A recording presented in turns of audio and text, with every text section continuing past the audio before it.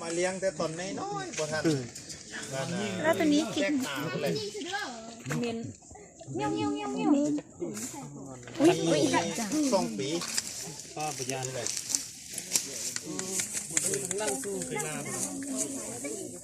เลี้ยงได้ตั้งแต่ยิงสน้อยอาจารย์มันยิงส้นมาที่สุดเลยมานะผักเป็นอย่างส้นผักต้นเปลือกมักฝักมักอย่างที่เราปรุงอาหารคือเท่าตัวกำจัดมันเลยยิงมาเนี่ยบนรอดแหละนี่นะให้มันเพื่อยเนาะไม่ล่ะว่าพ่อแม่เดียวนะก็เหลือตัวได้เพียงหรอกก็บอกหนึ่งตัวซอเปจังเฝ้าไอ้ตัวต้นคนนี้เท่าไหร่ตัวยาตัวเต็มมันเคยเห็นเชื่อเงี้ยออกนี่เลยต้องโตนี่น่ะผมส่งนะนี่ใช่ตัวเราใช้ถอเลยหรือตัวเตี้ยมากตัวเต็มตัวอย่ากงยาตัวเต็มตัวก็ตัวจดได้เตี้ยตัวช่องเตะช่องตอกอยู่ในห้องเจ็บยิงแค่น่ะตัวยิงแค่แล้วแล้วเราคุมมาตลอดยิงตลอดก็บ่เหมือนเชื่อจังนะที่จุ่มเจ้าแข่งกันสมัยที่แล้วนะโอ้มันเป็นเพื่อนยาวไปมันอาศัยกินมาทางนี้แล้วเนี่ยตัดเลยบอกให้มันมีออกอันมากอันนี้ผู้ใดเลี้ยงหมูเลี้ยงแย่งนี่หมูบอกตุ้ยนี่เกลือสลีกับอันผักอันนี้นี่ทำบริเกลือน่ะทำกันน้อยนึงทำหันแห้งโปรตีนมันต่ำทำแท้อันน่ะทำเข้าขนาดอันที่เขาเจ้าไข่เป็นเป้าอันนั้นอยู่ทั่วไปขนาดโปรตีนอันนี้นั่นแหละสลีซ้ำๆกันงานี่แหละมูลากันค่ะอันนี้ก็มู่ร้านนี่แหละมู่ร้านพอแต่ว่าผสมพันธุ์ปลาเอ็ดแบบนี้ก็ได้ซอสหมูปลาเพื่อจะเป็นเฮาไปใส่ต้นถิ่นหนึ่งช่วงตัวพูนซอสหมูปลาสุดที่บริเวณตัวหมูปลาสดตัวนี้มันจะเปลี่ยนซอสรุ่นที่1รุ่นมันป้าจากเราลูกก็มาเป็นตัวนี้แล้วตัวนี้มาเป็นคันตัวนั้นแท้นี่อยู่แบบนี้บ่ได้โดดเลยนั่นแหละขึ้นเลยตัว F1 ท่านมันจะ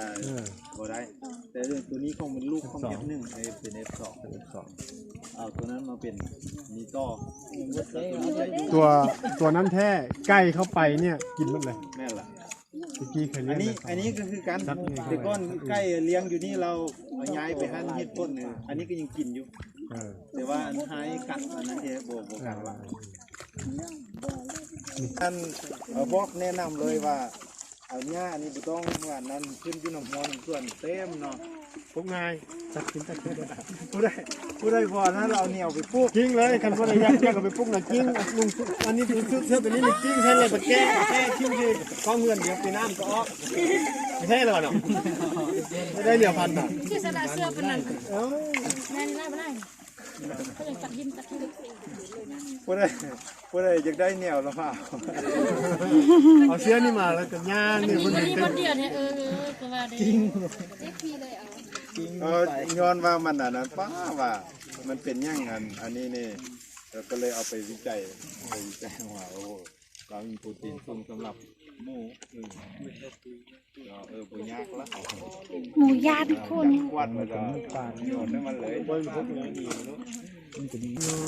วิดีโอนะในจังถอตึมใช้เจียงที่เตาตึมนอนซื่อจ้ะhay nữa đúng rồi nhân nước rồi để chơi với tôi muốn ngọt của giờ dọn sắp lại ha là dễ trang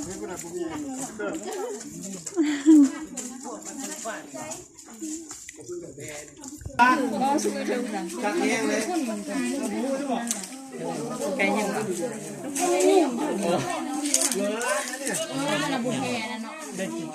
cáiมันแพ้ดูแม่เสียงพวกมันแม่เทนบอกว่าไม่กินโจรโอ้บุญตัวหนึ่งเบอร์ใหญ่คนนี้ถึงเนาะอันนี้มันคือเห็นแล้วใช่มันเทคุ้นมันนะ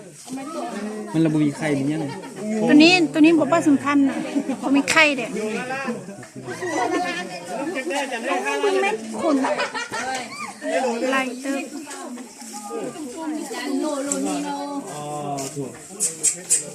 ตัวมันถึง โอ้ตัวมันถึงไงบุญ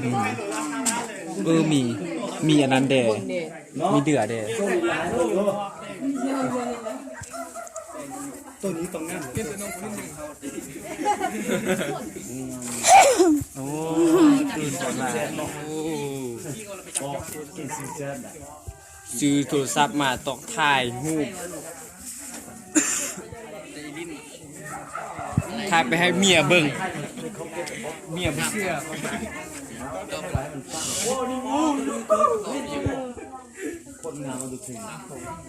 เฮ้ยไม่ใช่งูดีเด้อดิงูน่ะนี่งูตัวนะตัวเด็กงูเนี่ยงูตัวน่ะงูโอ้ยถ้ามีงูเทคเขาบอกกลัวเขาแค่ประตูนั่นหรอ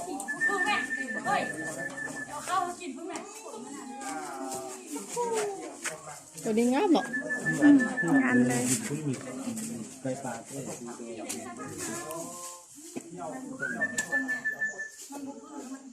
อ้าวตัวยาวๆตัวพูดน่ะ นี่ทางเหยาๆตัวกูนี่โบ เลือกตัวแม่เป็นตัวน้อยๆดิ เส้นห่อเด้ จะเอาไปโม่ๆไว้ให้มันเล็ก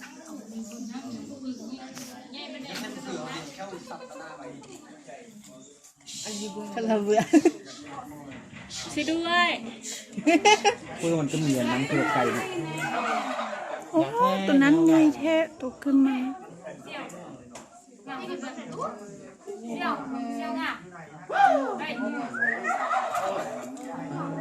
ดูบุกเกินมันก็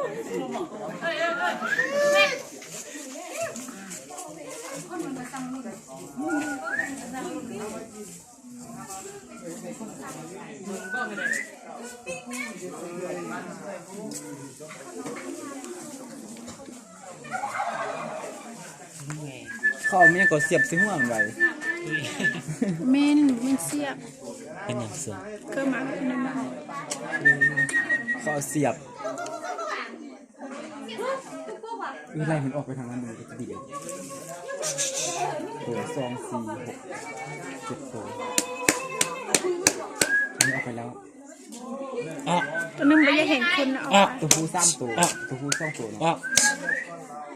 แล้วเพื่อนใครเพื่อนแขนมันแขนได้ปะนี่เขา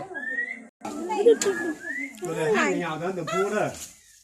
ตัวงามๆเนี่ยแล้วรอเนี่ย ตัวแม่ก็งามเยอะ บ้าบ่มี บ่มี แล้วรอให้พูดบ่ว่าสัตว์เนี่ยแล้วเรื่องสัตว์พิษเนี่ยตัวรอนี่ตัวงามๆมันตัวพูดยังไงใช่ตัวกระทำคนเฮาเนี่ยคนเฮานี่พนักงานเพราะนั้นเป็นได้ยินเขามาแกล้ง โอ้ลาจุดเกียมกินแต้มใกล้งามเนาะ งานก็ตรงเลยตรงรับเลย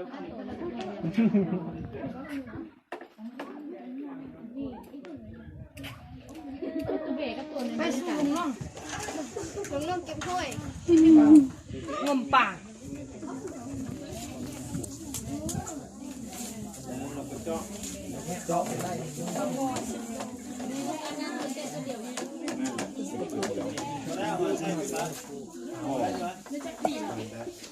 อันนี้ส่งปี เจ้าสั่งซื้ออยู่เวียดนามเลยนะ อันนั้นว่างแล้วนี่